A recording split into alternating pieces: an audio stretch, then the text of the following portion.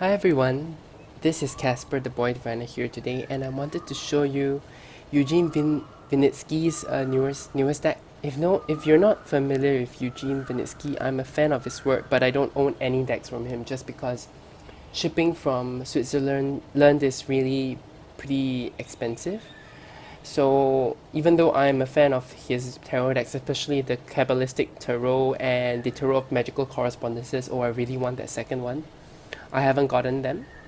But I managed to win this deck from his giveaway on his Instagram. So if you do wanna participate in any more giveaways by him in future, if he does hold any, it's a Tarot Creator at Tarot Creator. It should flash on the screen. Alright. Okay, so this is his latest deck. It's Tarot of Forbidden Dreams. Can you see that? That is beautiful. This is a beautiful box. I mean, shipping is tough, especially because I'm so far away, so a little damage is expected. This deck is an erotic deck, so if you are not ready for images of eroticism, you might want to click out. If you don't plan to use any erotic decks, just don't watch this, alright? If you're younger than, I guess, 18, I don't think you want to see this, alright? What a beautiful certificate of authenticity. I think it's signed by both of them. Really nice. So nice. And that sticker, gorgeous. I think Tarot Mania is his Etsy. And it comes with this book written by Elsa Kapatnuskovsky. I'm terrible with Russian names, I'm so sorry if I slaughtered that. But it's really substantial, and I honestly can't wait to read it because I've taken a look at some of the images and I'm like not too sure how to interpret them based on the RWS. I honestly don't know if this is a RWS deck, or is it really something new, or is it based in Thoth? I have no idea. Introduction. There is a great and beautiful power in our life. That's the power of love, Eros. Alright? Yeah, I do need more love in my life, I guess. So this deck would be fun to think about, try using. Alright, I'm gonna place this aside.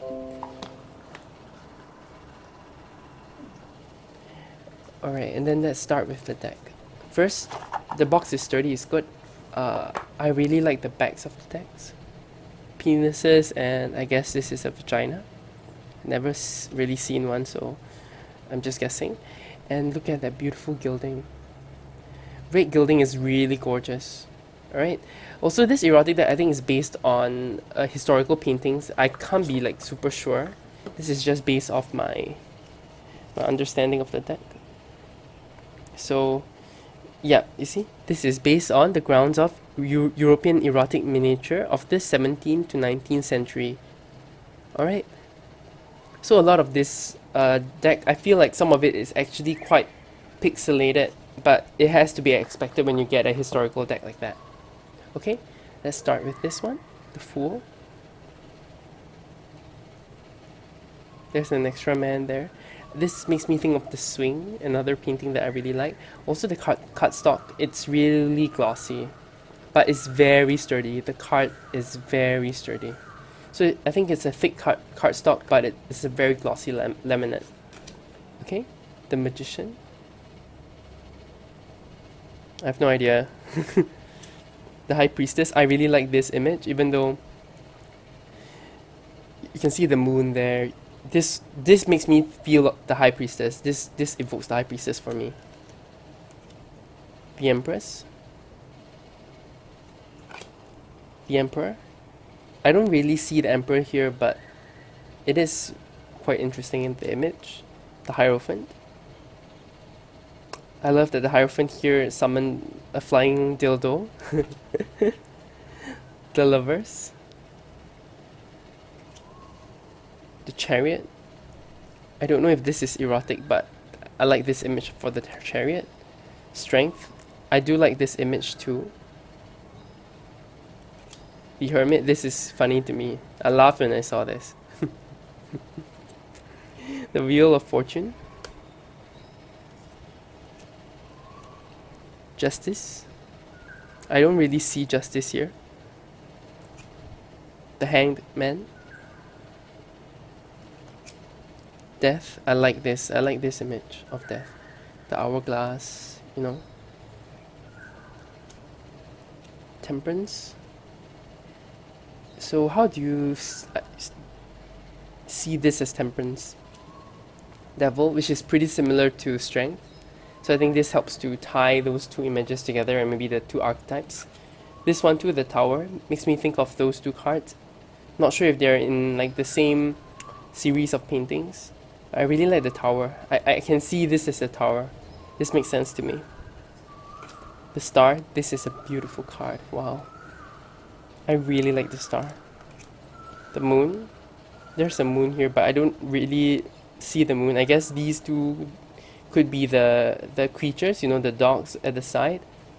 But there's no crab here, so... The Sun. This is one of the cards that seem a bit pixelated. I don't know if you can see that through the camera. So I mean it's a beautiful card still. It's just a shame because it stands out to me. You know, some people have been making a few rude comments about how I'm particular about certain things like that. I'm not saying that the deck is bad. I'm just letting everyone know the truth of it and my truth. So I hope you understand that. The Judgment card. I like this card, but again, this feels a bit too similar. Like the death is here also, and I don't know why this is Judgment. So I'm excited to see the book. Maybe let's just take a quick look at the Judgment entry. Alright, the Judgment Arcanum embodies the conventional emotional concept of love and family relations. Wow, okay, I've never seen it as family, even though in the traditional RWS there's the family rising from the coffin. Okay, at the beginning of a relationship, nobody thinks much about those things. Okay, this is interesting. This might be a message to me. The book, I kind of enjoy the book right now. I think it's substantial for a little white book. The World, really nice. The Ace of Wands. This reminds me of I think there's that deck, the male-dominated deck on Kickstarter that I think was recently funded. Too bad I can't afford it, but it was a beautiful deck, and the Ace of Wands is also just really a giant deck. The Two of Wands, two men, so that makes sense. Three of Wands, I guess friendship and caring and sharing. Four of Wands, a home, maybe a home. The Five of Wands, this is like a mess, violence. Six of Wands, victory.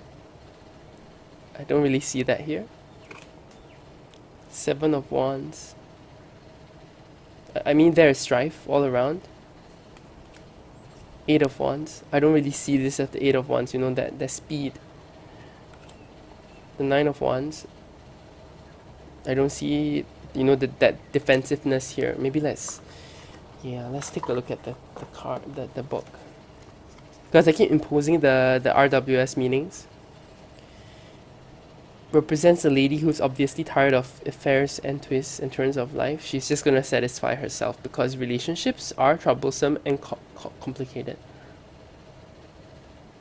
So I love that this deck maybe is really because I never had an erotic deck. I never really knew how I'm gonna put this in my collection and when and where am I gonna use it, because I don't think it's that YouTube friendly or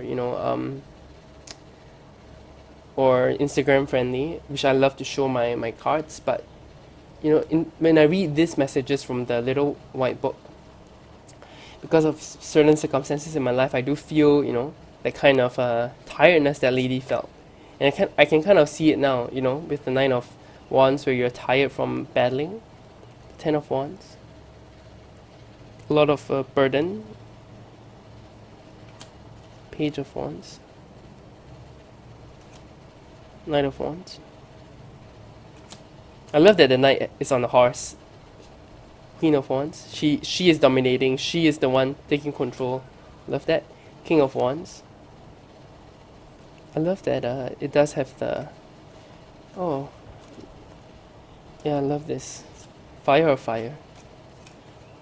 So it does seem more like a RWS deck right now, because it doesn't have the the correspondences for astrology and It uses king and knight.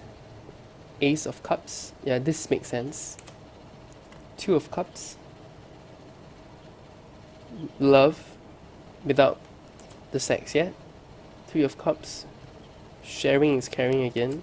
I think I used that before for the three of wands, which is not really appropriate. Four of cups. I don't really see this as the four of cups, you know, where the man is meditating under the tree. Five of cups. I'm not sure. Yeah, not sure. I really think this deck goes with the book. You have to read the book to understand. So this is really just a quick walkthrough to let everyone know how this deck is like. Six of cups. That's nice. Seven of cups. I love this for seven of cups. This is definitely seven of cups. That's so appropriate for the RWS meaning. Eight of cups. Leaving, you know, you're leaving. So this is a traveler leaving from something else.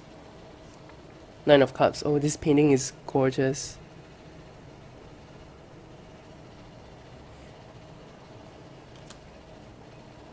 Ten of cups.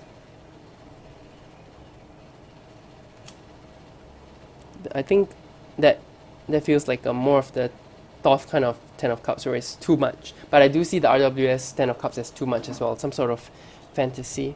Page of Cups. Earth of Water. Knight of Cups. No horse here. Queen of Cups. King of Cups. Ace of Swords. Two of Swords. Three of Swords. Four of Swords. Five of Swords. Six of Swords. That's moving away. So I don't really... Yeah, you have to read the book, I think. Seven of Swords. Eight of Swords. Nine of Swords. Nightmares. I don't see that here. I'm just wondering, you know, like, if she's holding something to his mouth, maybe he is ill. Ten of Swords. Being betrayed. Eight of Swords. Knight of Swords. Wow. This is quite powerful. Queen of Swords. I like this queen. I also like the Queen of Wands, you know, when she takes control. I felt that the Queen of Cups is a bit too submissive. King of Swords. Ace of Coins. Oh, I like this. This is so appropriate. I think the coin suit and the cup suit are like the feminine ones, and then the swords and the wands are more phallic, more masculine. Two of Coins. Three of Coins. I see the Two of Coins here, I think. Like juggling, you know. Three of Coins. Building something. Four of Coins. Selfishness? I don't know. Did I miss the three? No, I didn't. Yeah, Three of Coins is here, sorry. Five of Coins. Six of Coins.